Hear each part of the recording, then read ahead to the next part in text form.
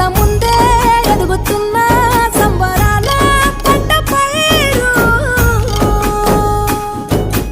వంద గడపల మందన పల్లె గోడ గట్టని గూడున పల్లె చెరువుల తుల్లటి జల్ల షాపోలే